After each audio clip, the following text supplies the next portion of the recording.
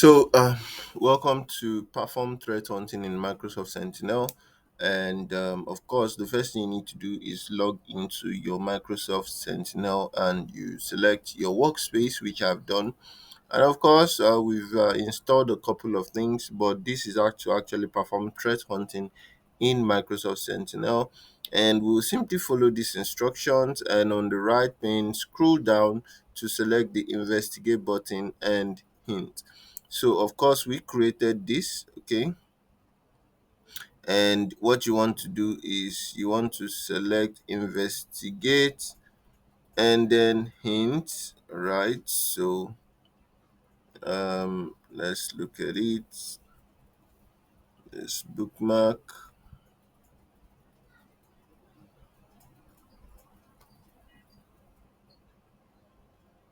click this one, the three, and create incidents, add to existing incidents.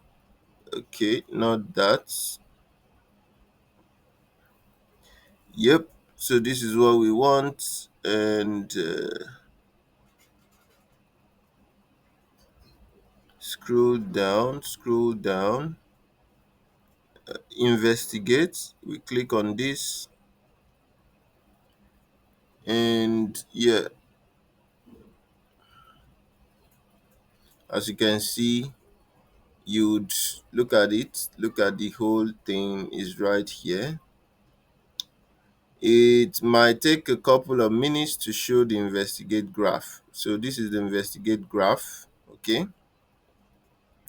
And we can look at that and see how it goes, right?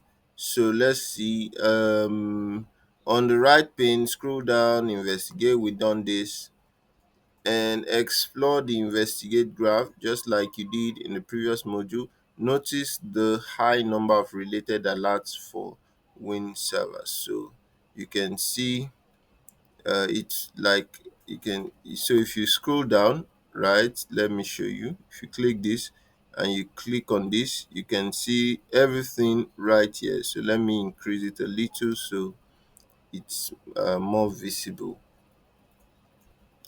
So look at it. Then I just need to come here. Let me increase it. Yeah.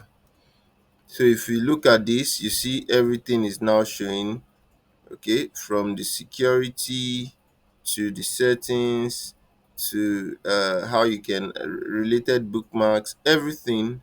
You see it right there. You can view the details, run playbook, anything. You can click on this and just essentially get what you're looking for.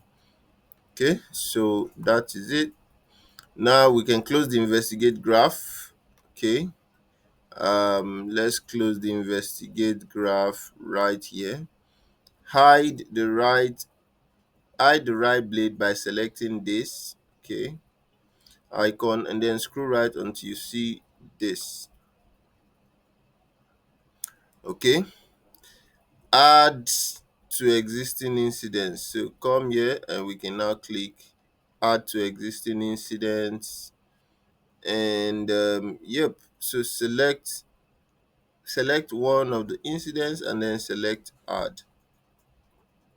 Okay, adding bookmarks to an existing incident. So give it some time.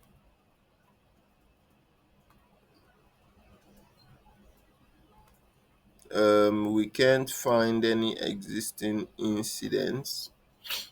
Okay, of course, scroll left to notice the severity column is now populated with the incident data. Of course, allow this thing to load, and once it's loading, we can now add that to an existing incident. So in the next video, we're going to create an NRT query rule. Okay, so thank you for watching this one. See you in the next one, guys. Bye.